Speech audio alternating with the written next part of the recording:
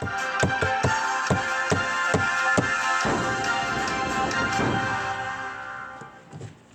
go through the papers then with Tessie Ojo and Nigel Nelson. Morning to both of you. Morning.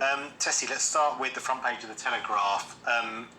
Just a horrible story about that blast in Ireland and the little girl who was going to buy cake when... I mean, it's just so sad, incredibly sad. This little girl, it was her mother's birthday, decided to go and do something great for her mother, like buy cake, and got caught up in this blast. You know, what makes me really sad about this story is only last week we saw the shooting in Thailand where in a nursery, in a daycare center where a good number of young people or children were killed. And I just think there's just so much agony in our world right now, and today is World Mental Health Day, and it just makes you think about how are we looking after ourselves. There's just one thing after another, and I always advocate for people to step away from the news sometimes, because sometimes it gets too much. You need to protect yourself, but it just makes you think about, for those people in Ireland right now, how are we going to look after them? What's the grieving process? How do we help them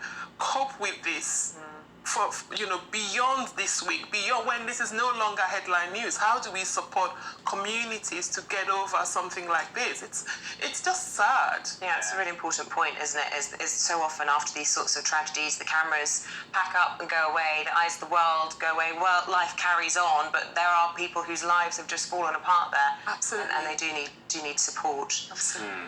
Nigel, shall we turn to politics? It's the SNP conference closing today in Aberdeen. Nicola Sturgeon saying it's a good conference if the only headlines coming out of it are about her views on the Tories. But it's making front pages. It's on the front of the Telegraph this morning, and you've got a version of it in The Sun about how she detests Liz Truss's government. Yeah, well, detest Tories is the way she puts it. And the suggestion is that she would be prepared to do a coalition with Keir Starmer after a general election. I think she's whistling the wind a bit with all the recent polls. I mean, the GBNEWS poll had Keir Starmer 30 points ahead. We've had regular polls of 20 points ahead. I mean, if you put them all together, what it means is that the Tories would be left with a kind of rump of 85 seats, with Labour getting about 471. So there's no need for a coalition. The last thing that Keir Starmer would need to do was be propped up by the SNP. So I think she's being a bit too hopeful there. The Tories quite like the idea of suggesting there will be this kind of, I think it was described by them yesterday as a monstrous coalition between the two. Right, not a coalition of chaos. Not coalition of chaos, it's just monstrous. This is monstrous, yeah. But I mean, at the moment, unlikely to happen. In the event that we really do get an election soon, Labour is going to walk it. Yeah, and do you think I detest the Tories? Do you think that that's divisive remark to make? She did backtrack on that later on last night, saying that she was talking about the policies and not necessarily the people. Yeah, do you think it's divisive? I do or think people being a bit of a snowflake? No, I think it is divisive. I mean, the whole thing is that she's right. What she's talking about, or what she should be talking about, is detesting policies, not people. It was rather like last year, Angela Rayner being overheard calling them Tory scum, which she subsequently apologised for. Don't attack them as people, attack them for what they do. And it works for both sides. Her personal approval ratings are not particularly high, are they, at the moment, for Nicola Sturgeon? She's being booed when she was in Dunfermline with the King last week, and yet she has had successive successes with the SNP. Landslides, she would describe them as, with this mandate for going for another independence referendum. That will be decided in the Supreme Court this week, whether or not that will go ahead next year. How do we have this weird situation whereby she's not very popular, and yet the SNP seem to be doing quite well in Scotland? Yes, certainly electorally, that the SNP are doing well. I wonder if it's a bit got to do with the Queen dying. A kind of feeling by a lot of Scots. It was actually, I thought it was quite touching to see the way that Scotland turned out for the Queen. Yes. And it may be there's a bit of that it doesn't mean that independence is not popular. I would have to see from a referendum actually how popular it turns out to be. my own view is they have every right to have a referendum because circumstances have changed since Brexit. Yeah. Moving on, Tessie, you picked out page 13 of the Times. Most of us don't really like Mondays. I'm sure you jumped out of that. I jumped out of bed at 3 o'clock this morning to be with you. I think there's just something here that really caught my attention. And again, we're still talking about mental health. This report says that over 74% of people, particularly the 18 to 24s, have that sense of anxiety all through Sunday, thinking about work and to-do lists and all of that. And what really caught me is this 18 to 24 are still those young people, largely who are probably coming into work for the first time, who were the COVID generation, who probably sat their final exams at university or A-levels or whatever at home.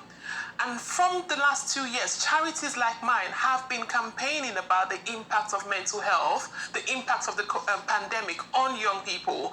It does not surprise me that this same demography are going into the workplace and are anxious because we're still not treating this. We're not talking about it. We might have moved on as society from the pandemic or the health challenges that the pandemic presented at the time. What we haven't addressed is the long-term impact on the mental health of young people. Look, do you think there is a sense, though, that the younger generation perhaps are a little bit too soft? I mean, a lot of people will say, my father's generation, he probably didn't look forward to going to work on a Monday morning, just got on with it. Is it a new thing, the Sunday scaries, as it's being described? I'm not sure it is. I mean, this is based on a recent survey the Department of Health did to come up with the actual new figures. So 65% of us on a Sunday, about 5 o'clock, apparently it about hits where we start worrying about the following week. I don't think that's new. I think that people have always sort of been worried about the week ahead, worried about Mondays. The question, I think, as Tessie says, is what you do about it. Yeah. And the important thing is there are a whole load of sort of things that can make it better, and the government have put up a website where you can get tailored advice. If you're suffering from it, you can actually find out ways that you can minimise the effect. Yeah, we'll be talking to the government minister about that later on. I also do think that employers have a duty of care to be more attentive to that, and I'm interested to know how many employers are actually doing anything about it. Yeah, instead of talking about it. And I was reading a statistic. Sajid Javid lost his brother to suicide, and he's written in the Telegraph today, someone dies from suicide in the UK every 90 minutes. 5,000 suicides in 2021 in England alone. 3/4 of suicides are men, which is all linked into all of this mental health issue. Where are we now? Nigel, do you want to talk about robot recruiters with a blind spot for glasses? That's in the Telegraph. I do. Tell me more. Yes. This is an analysis by Cambridge University, and it's looking at recruiters who use artificial intelligence and algorithms to decide who's to be recruited. Oh, right. I was thinking it was recruiting robots. No, not recruiting robots. This is robots recruiting people like us. And so what they've discovered is that the algorithms start discriminating against things like people who wear glasses. So that's me gone for a new job. If you end up behind just a blank wall when you're being... These are video kind of recruitments. They don't like that either. So what the Telegraph has come up with is how to beat AI software. So swap glasses for contacts, okay. Wear a headscarf if you want to appear less neurotic. I'm not sure that would work for you sometimes. Doesn't seem to go there. Sit in front of a bookcase. I could probably do that. I mean, everyone does that. It's such a cliche. If you've got a bookcase. Yeah, well, you always import one. Yes, or get the wallpaper. Green screens, can't you? Yeah. That's right. Yes, absolutely. Yeah. Yes. And then the final thing is to put some artwork on a bare wall or whatever. But again, if you're doing a video kind of call, I think you do that anyway, don't you? Yeah, you are meant to. Interesting. Yeah. Tessie, also the page 21 of the Eye. You want us to talk about the revealing power of shopping lists? I found this so really interesting because it talked about actually looking at a person's shopping list gives you an insight into their class, who they are, what they do, which is really... If they do make shopping lists, even. Interestingly, this article talked about people were also moving away from the paper-based shopping list to doing it on their phones. Yeah. And it was just saying, what does your shopping list say about you? And it reminded me of actually, I still do a shopping list. I get my children to put in what they need for the week. And actually, a couple of weekends ago, I did a post about, on my shopping list, my son said something like air freshener or something like that. And I got to the shop and I realized I wasn't sure if he meant for the room, for the bathroom, and I just bought all of it. And I got back, and I think I got back and I did a post on Instagram that says, this is everything I bought, because he wrote one word that I couldn't understand which of them he needed. And it was just one of those funny things that says, actually, in the cost of living crisis, should we be more careful how we shop? How nice did your house smell? Yeah, exactly. Great. Oh, perfect. Amazing. And your bathroom as well, I presume. 100%. Do you guys have lists when you go? I was just thinking I made one yesterday on my phone, but I don't think it would say much about me other than I think we needed milk, loo roll, nothing exciting. I do It was this. just I find List lists of actually make life much easier, whatever it might be. So work lists and stuff like that, and feel a real sense of achievement just ticking them all Yeah, it's enjoyable. And do you put them in order of where the things are in the supermarket? Oh, no. Oh, God. Get your route. No. Do that. Backwards and forwards. Oh, no. You do that. I might do.